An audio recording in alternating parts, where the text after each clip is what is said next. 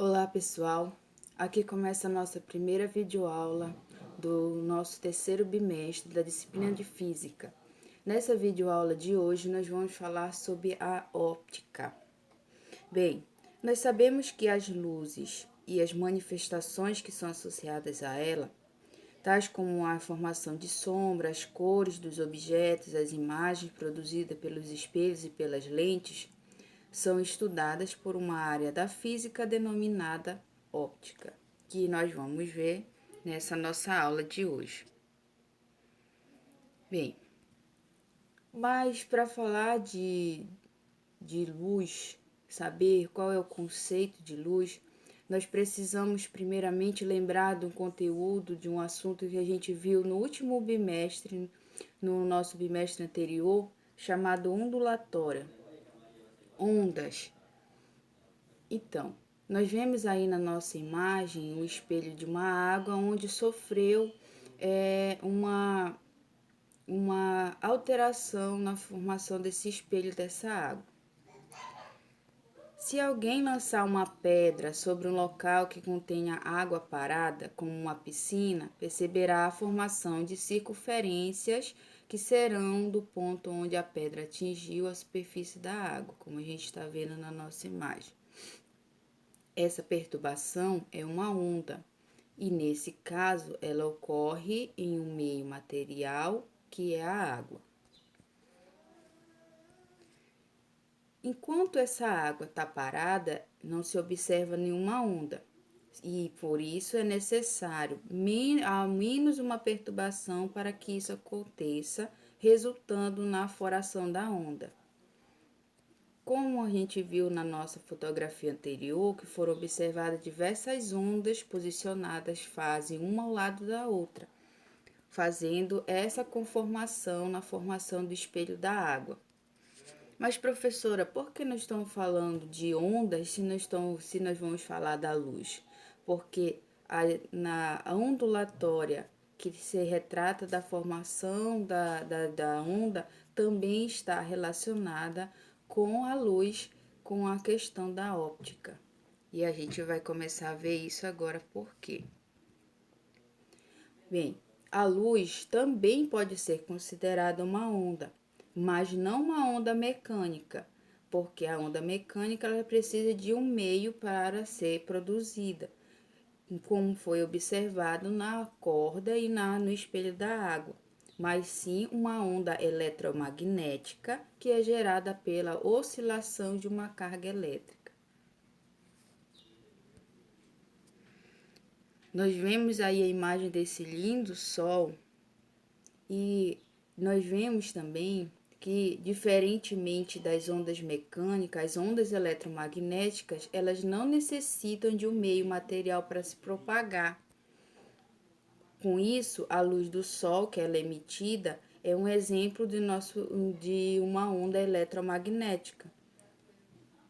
Ela consegue chegar até a nossa Terra pelo mesmo havendo vácuo entre ambos, ou seja, mesmo havendo um espaço muito grande entre a Terra e o Sol, a luz que é emitida pelo Sol consegue se propagar no meio desse vácuo. Vamos observar algumas características da luz. A retinearidade. A retinearidade é uma característica da luz onde a luz se propaga naturalmente em linha reta, ou seja, o raio luminoso, aonde ele vai somente nessa direção. A reversibilidade significa que um raio luminoso não possui um sentido preferencial de propagação, ou seja, ele vai em linha reta, mas ele pode ir tanto para ir na direção da esquerda como para a direita. Independência dos raios luminosos. Um raio luminoso, ao cruzar com outro, não influencia a sua propagação. Nós sabemos que os raios de uma fonte que é emitido por uma fonte luminosa, eles não vão interferir na propagação de raios de uma outra fonte luminosa. Então, é o caminho que ambos esses raios eles vão fazer, eles vão se cruzar, mas não vai haver mudança de trajetória. Por isso que ele é tratado como interdependência de raios. Olha, nós vemos aí a imagem de um show onde tem vários fontes luminosas, onde dessas fontes estão saindo vários raios. E aí nós temos vários demonstrando como ocorrem essas características da luz. Nós temos a retilaridade, observando que os raios eles saem de uma fonte, mas ele vai em linha reta. A reversibilidade. Observem que os raios eles saem de várias fontes diferentes, se cruzam, mas não que eles saem de uma determinada fonte, mas eles vão em várias direções. E a interdependência de raios, aonde esses raios dessas fontes eles vão se incidem, se cruzam, mas não tem alteração de direção. As fontes de luz. As fontes de luz elas podem ser de dois tipos. Nós vamos ter as fontes de luz primárias, que são aquelas que produzem a própria luz que emitem, e no entanto elas podem ser divididas em incandescentes e luminescentes. Aí aqui nós estamos vendo exemplos de luzes primárias, né, de fontes de luz primárias, uma lâmpada, uma vela, o sol, eles são exemplos de fontes primárias ou luminosas. Como as fontes primárias luminosas têm dois tipos, as incandescentes são quando emitem luz a altas temperaturas, por exemplo, o nosso sol, a chama daquela vela e as lâmpadas de filamento, que são essas aqui. Aí as luminescentes é quando essa fonte primária ela emite luz a baixa temperatura. As fontes de luz primárias luminescentes podem ser fluorescentes e fosforescentes. As fluorescentes emitem luz apenas enquanto duram a ação de um agente excitador, como as nossas lâmpadas fluorescentes.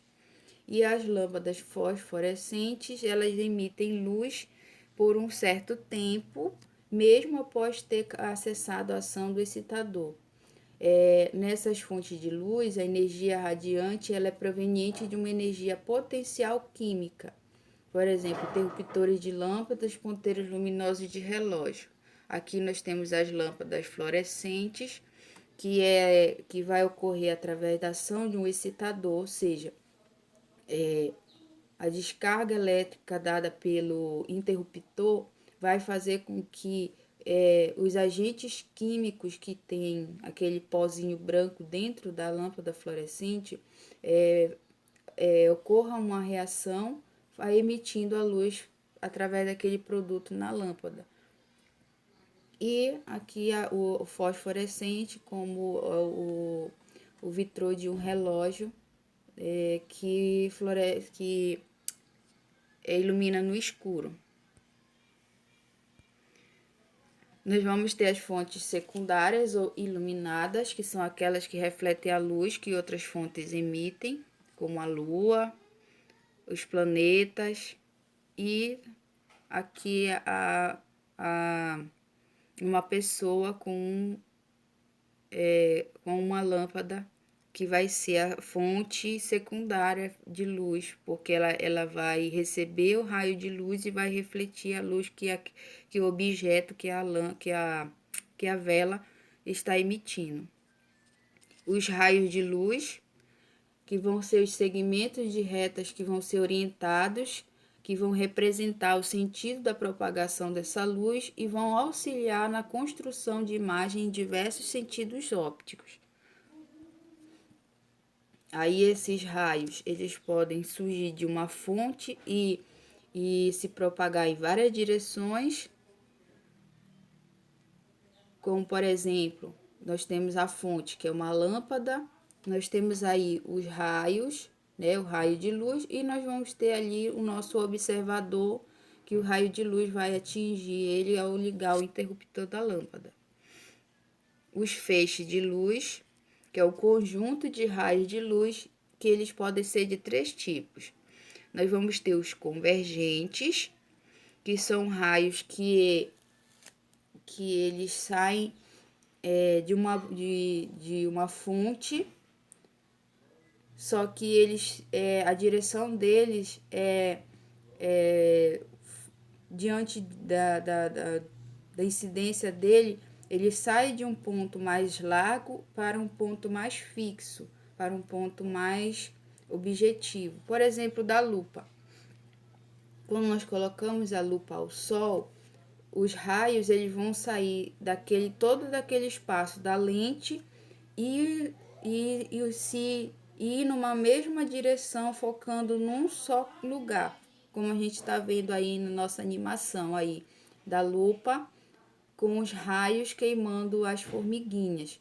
Então, os raios convergentes, eles fazem a formação da direção do raio como se fosse um funil, como se fosse um V. Os divergentes, que aí já vai ser o contrário. Ele vai sair de uma fonte de luz e se espalhar. Vão fazer tipo a formação de um V.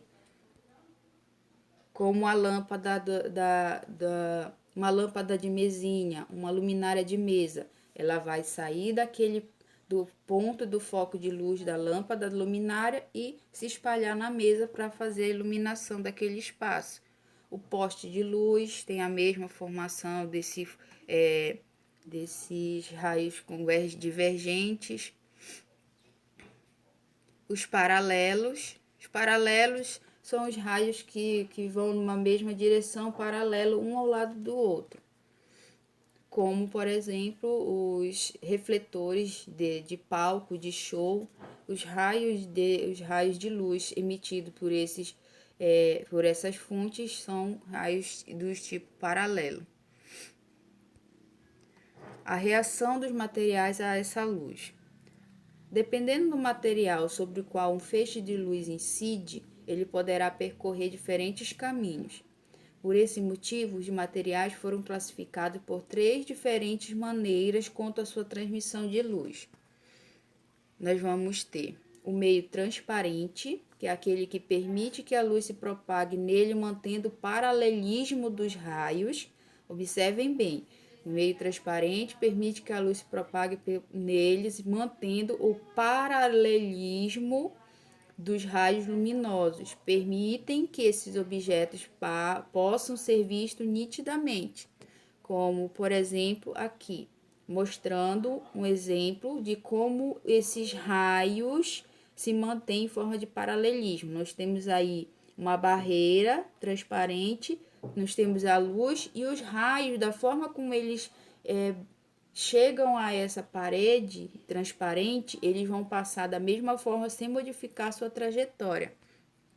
Como a janela dos vidros da janela de casa, por exemplo, um aquário com a água, ele vai ser um meio transparente, porque os raios vão ser incididos e vão continuar a sua trajetória do mesmo jeito. E os raios solares também. Nós temos os meios translúcidos, que vão permitir que a luz se propague neles sem a manutenção no paralelismo. Olha, observe que o meio translúcido já vai ser um pouco diferente. Os raios eles já não vão ter já mais aquele paralelismo. Então, eles vão acabando com a nitidez da visualização do objeto. O meio translúcido, ele permite que a luz se propague nele sem manter o paralelismo dos raios. Observem aí no nosso esquema, mais uma vez, um meio translúcido, a luz vem a luz e os raios de luz vêm de forma paralela, só que quando ele bate nesse objeto translúcido, os raios eles já são alterados a sua direção quando ele atravessa esse meio translúcido, alterando assim a direção dos raios. Por exemplo, vidros foscos de janela, a gente observa na última imagem como é que isso acontece. A luz ela vai bater nesse vidro translúcido, vai atravessar, os raios vão atravessar de forma paralela, mostrando somente com a conformidade, a forma de um objeto que está do outro lado desse objeto translúcido. Um meio opaco, esses meios opacos eles não vão permitir que a luz se propague.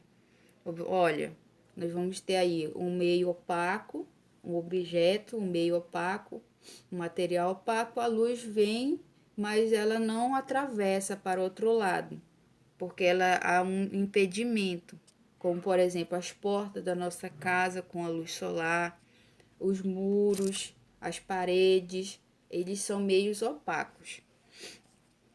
As consequências da propagação retilínea da luz. As consequências da propagação retilínea da luz aí vai ocorrer através de fontes pontiformes ou pontuais, que podem produzir apenas a sombra.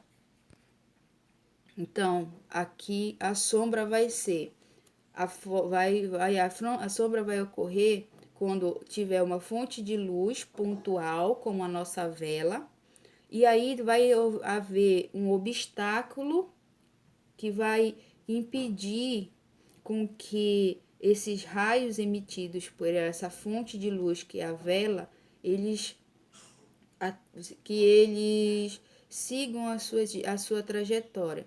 Então, esse obstáculo aí, ele vai fazer com que alguns desses raios não ultrapasse, passando somente aqueles que vão transpor por cima do objeto, como a gente está observando aí, e lá do outro lado, lá nesse anteparo, que pode ser uma parede, vai formar a sombra do objeto que está impedindo com que os raios dessa fonte sejam emitidos.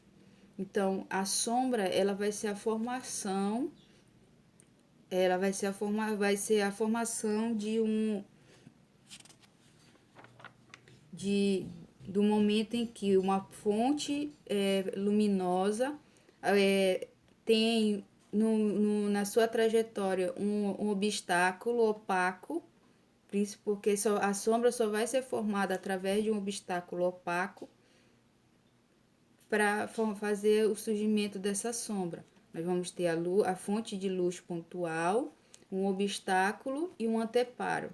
A fonte de luz pode ser uma vela, pode ser uma lanterna ou uma lâmpada, algo, e aí o obstáculo vai ser a barreira que vai impedir com que essa luz se propague, com que os raios da luz cheguem a fazer, por exemplo, a sua expansão, se expandir para fazer a função de iluminar o espaço.